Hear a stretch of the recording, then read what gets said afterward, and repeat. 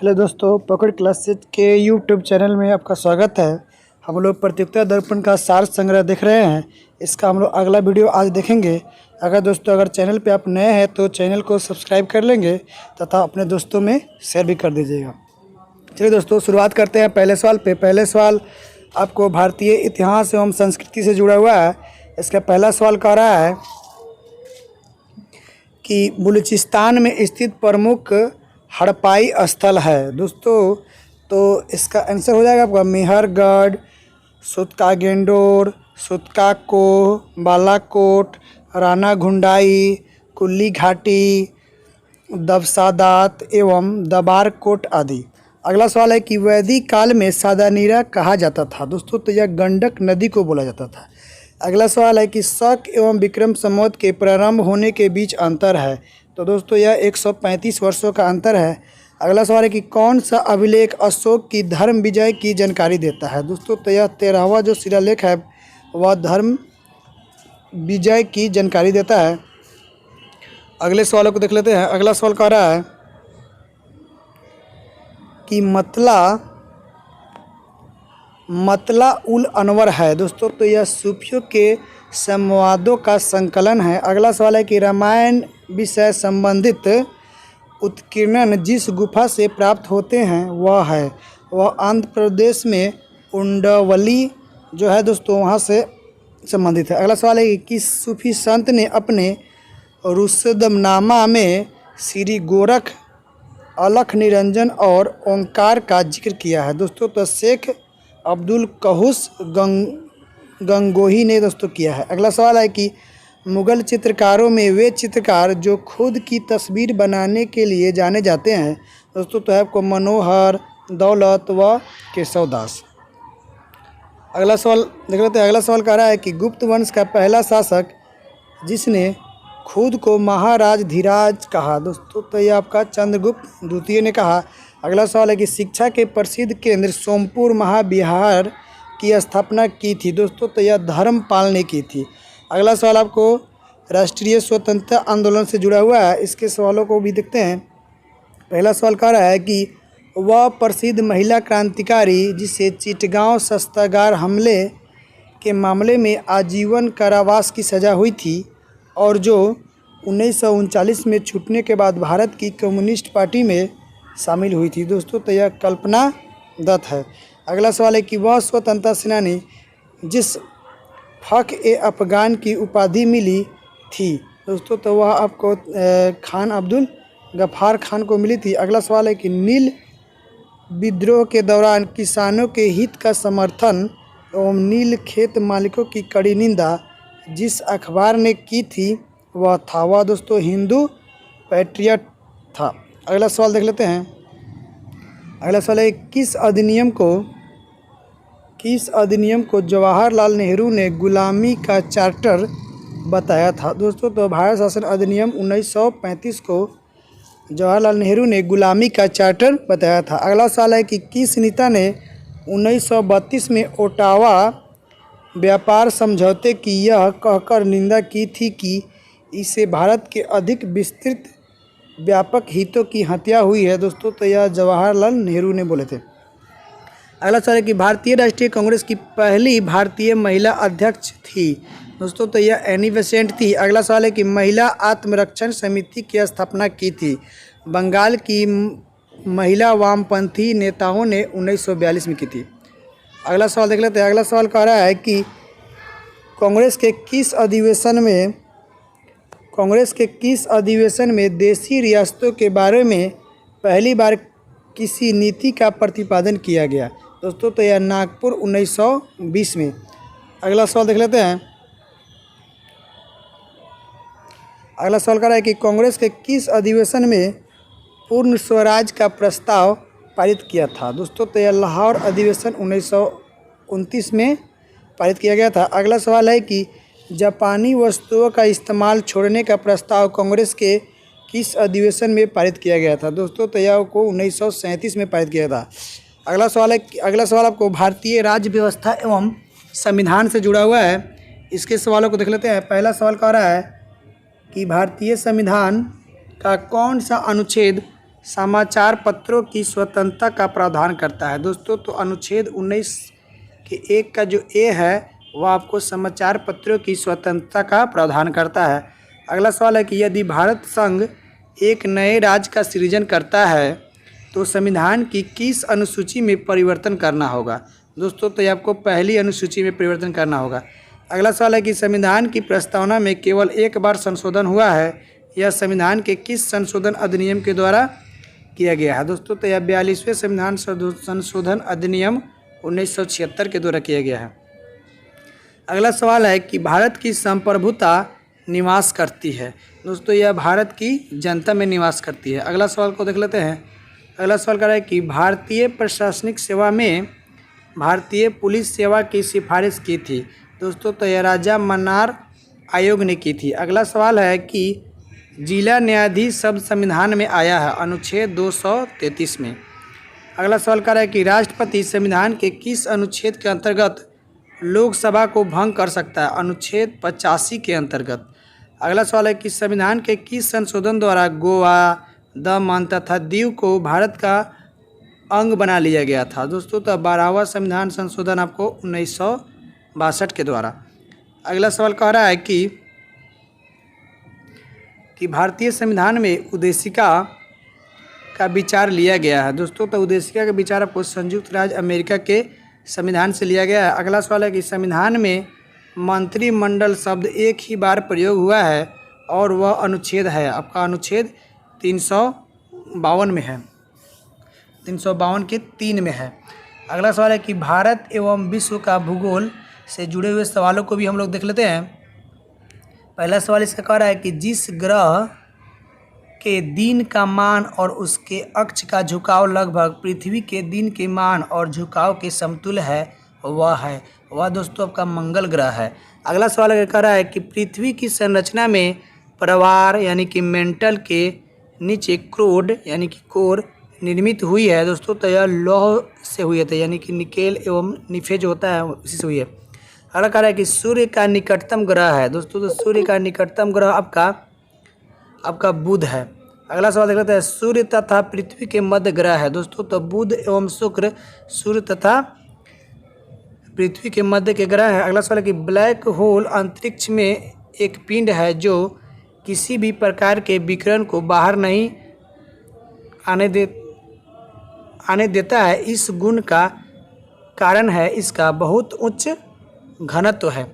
अगला सवाल कह रहा है कि उत्तर प्रदेश एवं मध्य प्रदेश राज्यों में संयुक्त राज्य घाट नदी घाटी परियोजना लागू की गई है। दोस्तों तो यह बेतवा नदी पर लागू की गई है। अगला सवाल है कि मुलिंग ला दर्रा स्थित है, आपको उत्तराखंड में स्थित है।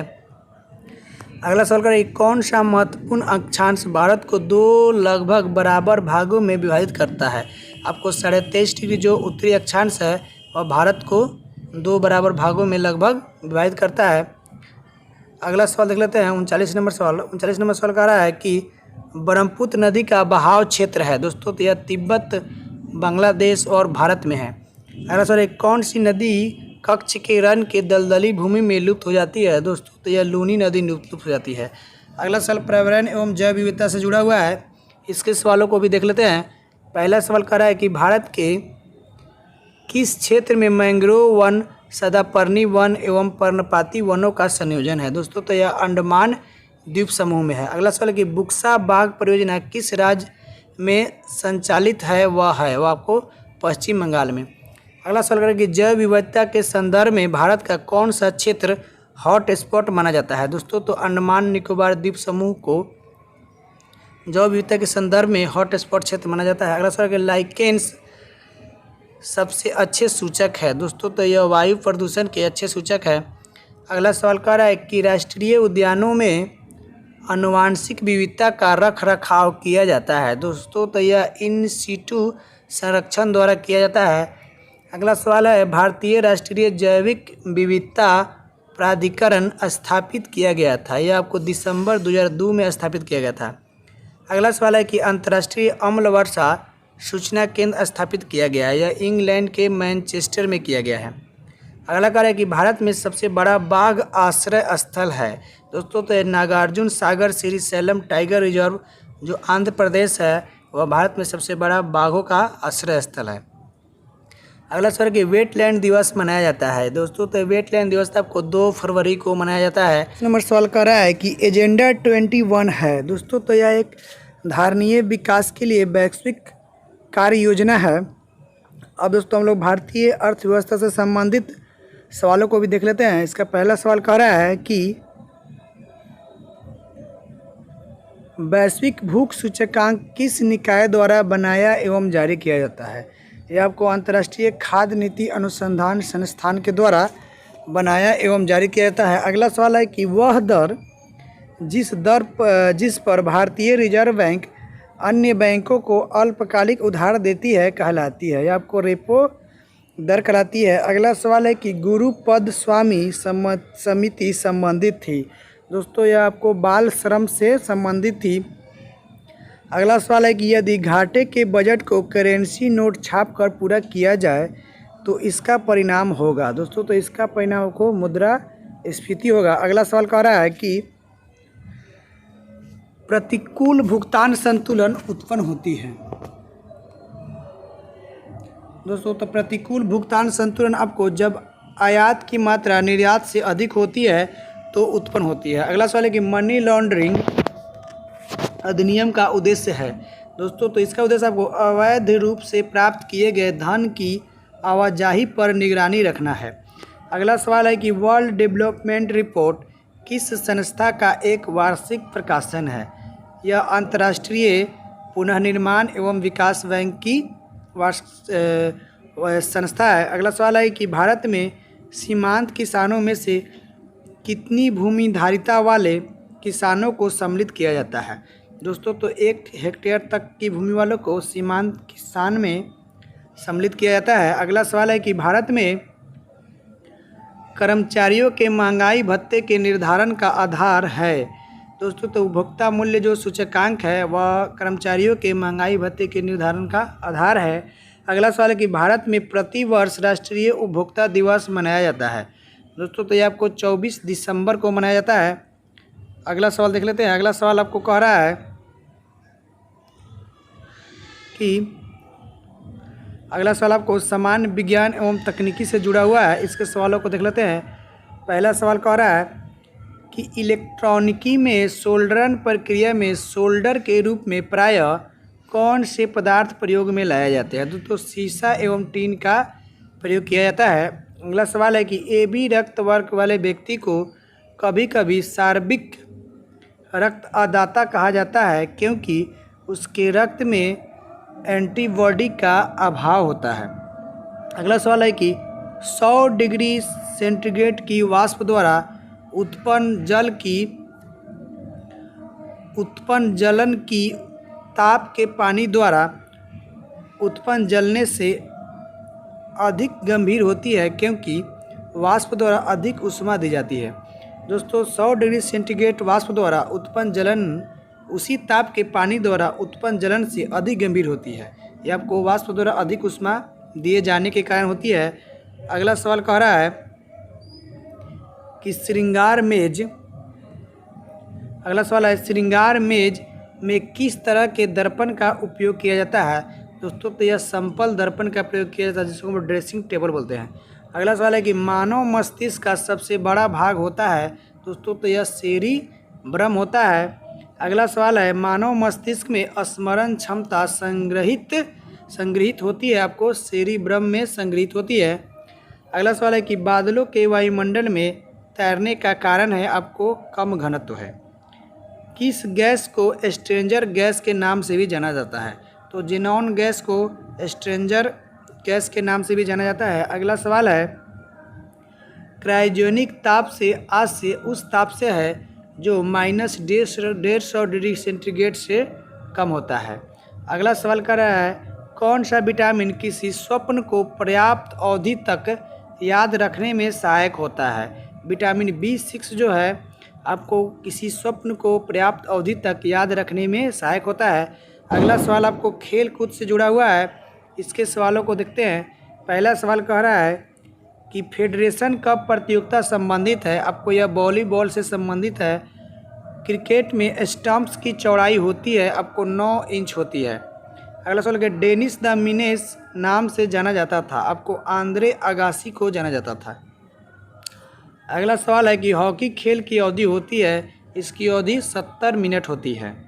अगला सवाल है किस खेल के खिलाड़ी द्वारा सीन गार्ड का प्रयोग किया जाता है या फुटबॉल के खिलाड़ियों के लिए प्रयोग किया जाता है। अगला सवाल कह रहा है कि प्लेइंग इट माई वे आत्मकथा है, यह आपको सचिन तेंदुलकर जी की आत्मकथा है। अगला सवाल है कि टेस्ट क्रिकेट में भारतीय टीम द्वारा एक पारी में बनाया गया न्यूनतम स्कोर है, तो इसका न्यूनतम स्कोर है आपको 42 रन, जो इंग्लैंड के विरुद्ध 1974 में लॉर्ड्स में बनाए गए थे। अगला सवाल कर रहा है कि पॉमेल हॉर्स शब्द संबंधित है, यह आपको जिम्नास्टिक से संबंधित है। अगला सवाल है जूडो के मुकाबले में हासिल किए गए एक अंक को कहते हैं, इसे हम लोग इप्पोन कहते हैं।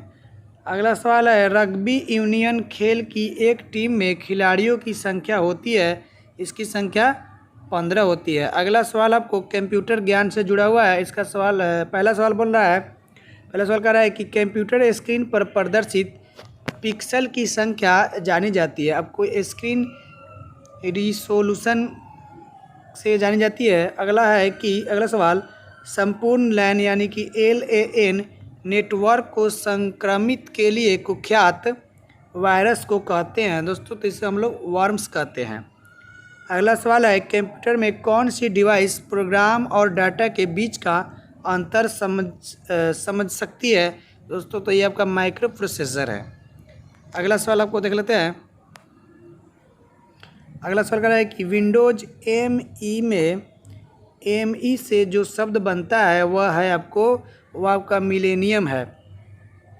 अगला सवाल है कि एक्सेसरीज जिस स्थान पर सिस्टम यूनिट से जुड़ते हैं उसे हम लोग पोर्ट कहते हैं। अगला सवाल है कि कंट्रोल शिफ्ट अल्ट को कौन सी कुंजियाँ कहते हैं दोस्तों, तो इसे हम अल्फा न्यूमरिक कुंजी बोलते हैं।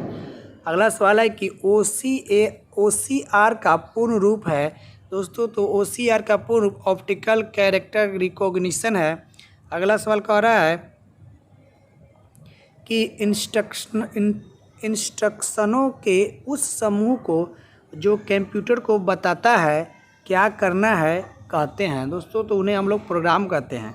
अगला सवाल है प्रोसेसर के 3 प्रमुख भाग है, प्रोसेसर के 3 प्रमुख भाग आपको ALU कंट्रोल यूनिट रजिस्टर इत्यादि है। अगला सवाल है कि असेंबली लैंग्वेज है, असेंबली लैंग्वेज है यह आपको लो लेवल प्रोग्रामिंग लैंग्वेज है।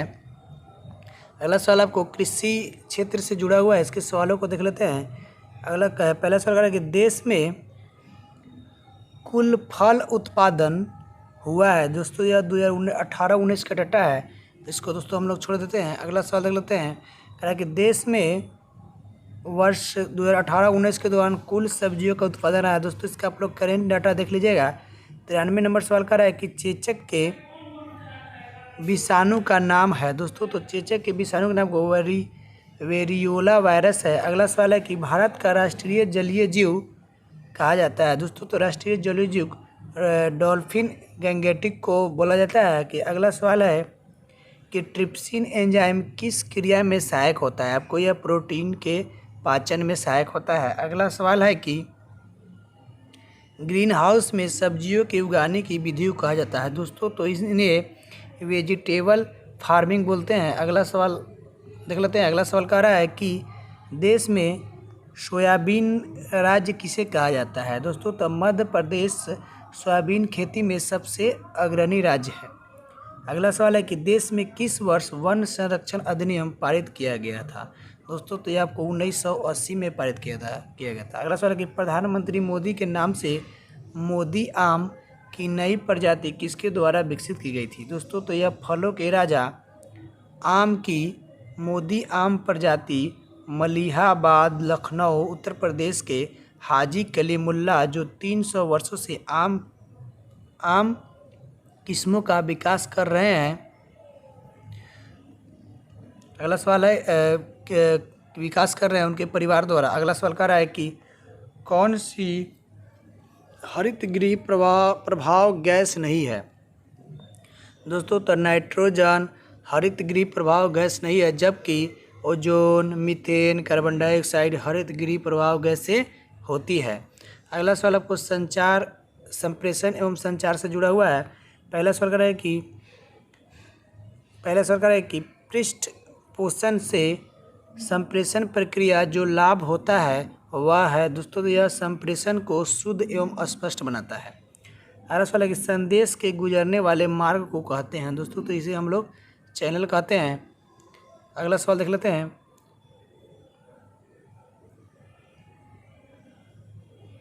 अगला सवाल कह रहा है कि समस्त औपचारिक एवं अनौपचारिक संप्रेषण में जो गुण निहित रहता है वह है। दोस्तों तो वह समानता है। अगला सवाल है कि संचार प्रक्रिया में मध्यस्थता से तात्पर्य है सोच विचारों तथा संदेशों को वाचिक एवं अवाचिक चिन्हों में रूपांतरित करना आपको मध्यस्थता से संबंधित है। अगला सवाल है किसी संगठन के अनौपचारिक नेटवर्क को कहा जाता है। दोस्तों तो इन्हें माध्यम कहा जाता है। अगला सवाल है कि एंडरसन ने संचार को किस प्रकार की प्रक्रिया माना है। दोस्तों तो उन्होंने इसे गत्यात्मक प्रक्रिया माना है। अगला सवाल कर रहा है कि कक्षा में विद्यार्थियों को संबोधित करते समय अध्यापक द्वारा ध्यान में रखे जाने वाला महत्वपूर्ण तथ्य है। दोस्तों तो यह आपका वाक स्वराघात परिवर्तन है। अगला सवाल कि शब्द जटिलता एवं गलत शब्दों के चुनाव से हुई संचार बाधाएं कहलाती है। दोस्तों तो यह आपको भाषा संबंधी बाधाएं कहलाती है। अगला सवाल है कि सामूहिक संचार की प्रमुख परिसीमा यह है कि फीडबैक प्रणाली कमज़ोर होती है। अगला सवाल कह रहा है कि अधिकृत एवं पूर्व निर्धारित मार्ग के अनुरूप किस प्रकार का संचार होता है। दोस्तों तो यह औपचारिक संचार होता है। अगला सवाल आपको शिक्षा एवं बाल मनोविज्ञान से जुड़ा हुआ है, जो सीटेट एवं बीटेट वाले छात्रों के लिए उपयोगी होता है। अगला सवाल देख लेते हैं। अगला सवाल देखिए, आपको विविध से जुड़ा हुआ है, जो आपके एग्जाम के लिए बहुत महत्वपूर्ण हो जाता है। पहला सवाल कर रहा है कि अंतर्राष्ट्रीय मोबाइल उपग्रह संगठन की स्थापना हुई थी, आपको 1979 में हुई थी। अगला सवाल है कि जैन मतावलंबियों ने बोलचाल की किस भाषा को अपनाया था। दोस्तों तो यह प्राकृत भाषा को अपनाया था। अगले सवाल आपको देख लेते हैं। अगला सवाल कर रहा